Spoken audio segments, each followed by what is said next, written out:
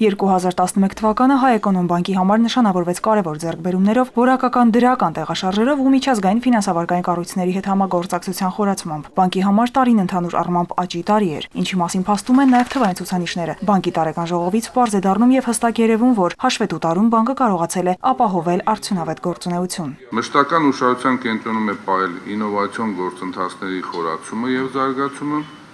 դիտելով նորարարությունը որպես բանկի արդյունավետ զարգացման կարևորագույն գրավական,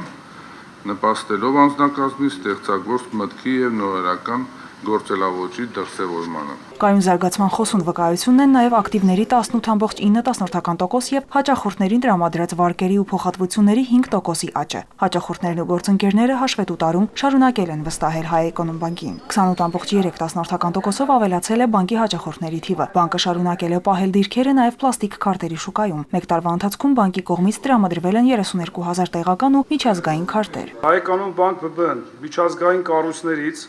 առաջին անգամ ներգրավեց ռեսուրսներ հայկական դրամով, որը զերծ է փոխարժեքային ռիսկից եւ թույլ է տալիս բանկին ու նրա հաճախորդներին առավել արդյունավետ ներգրավել եւ տեղաբաշխել անհրաժեշտ ռեսուրսները։ Հաշվետու տարին նշանավորվեց նաև միջազգային համագործակցության շրջանակի ընդլայնմամբ։ Ասիական զարգացման բանկի հետ կնքվեց վարկային գծի տրամադրման պայմանագիր, որի համաձայն բանկը միացավ Ասիական զարգացման բանկի խթանման ծրագրին։ Հայ Էկոնոմբանկի եւ Սևծովյան առևտրի ու զարգացման բանկի միջև 5 միլիոն ԱՄՆ դոլարի գումարով երկրորդ վարկային պայմանագիրը կնքվեց։ Հայ Էկոնոմբանկը դարձավ վիզա միջազգային վճարահաշվարկային համակարգի անդամ։ Բաժնետերերի ժողովին հաջորդած նորընտիր խորհրդի նիստում Հայ Էկոնոմբանկ բաց բաժնետիրական ընկերության խորհրդի նախագահ վերընտրվեց Սարիբեկ Սուքիասյանը։ Նոնա Գրիգորյան, Մելիք Ղարիբյան, Էպիկենտրոն։